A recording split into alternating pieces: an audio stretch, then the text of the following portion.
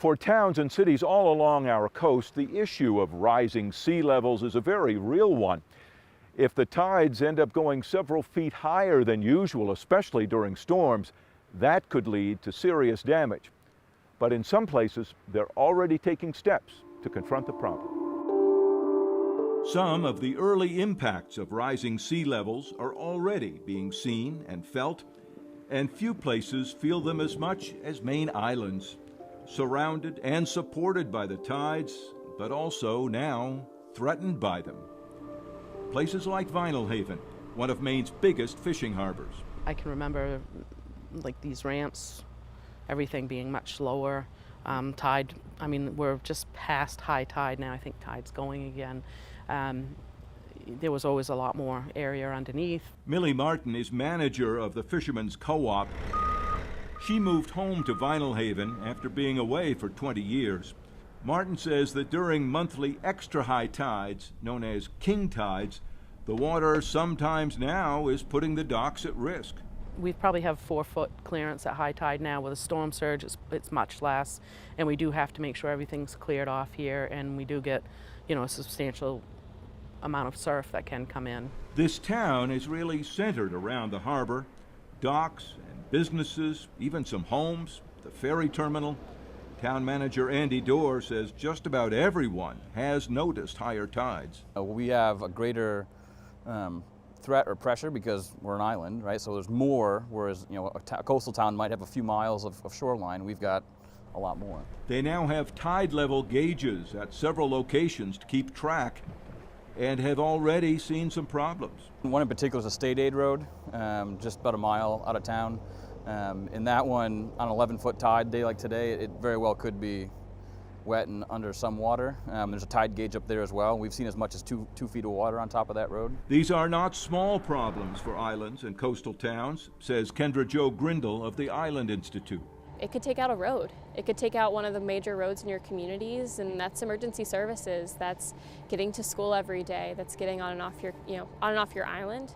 For some of our island communities, 1.5 feet, that's their ferry terminal.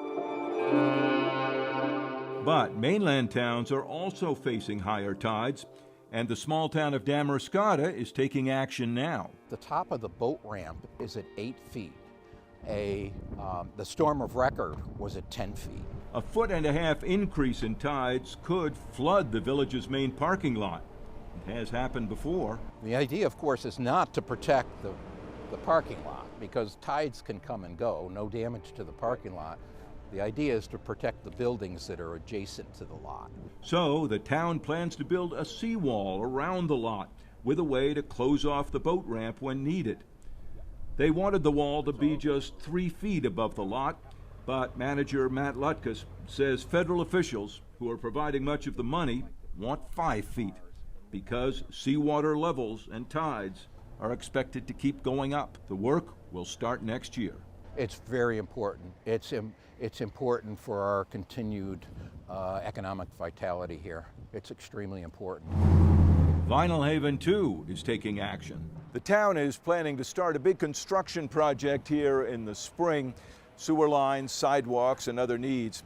And Andy Dorr says, like just about every other project nowadays, coping with rising sea levels will be part of it. And so I think we're trying to look at it in terms of when the infrastructure needs to be replaced, looking at the probability, the likelihood of the different flood scenarios, and trying to take that into consideration.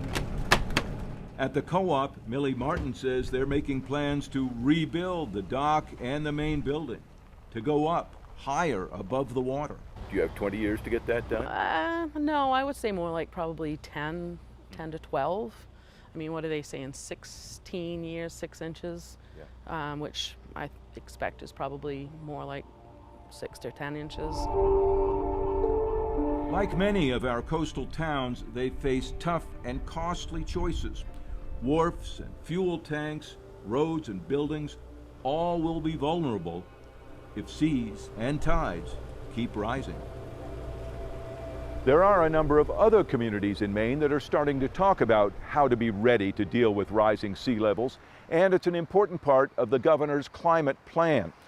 Clearly, it's going to involve a lot of money for local and state governments, taxpayers, and coastal property owners.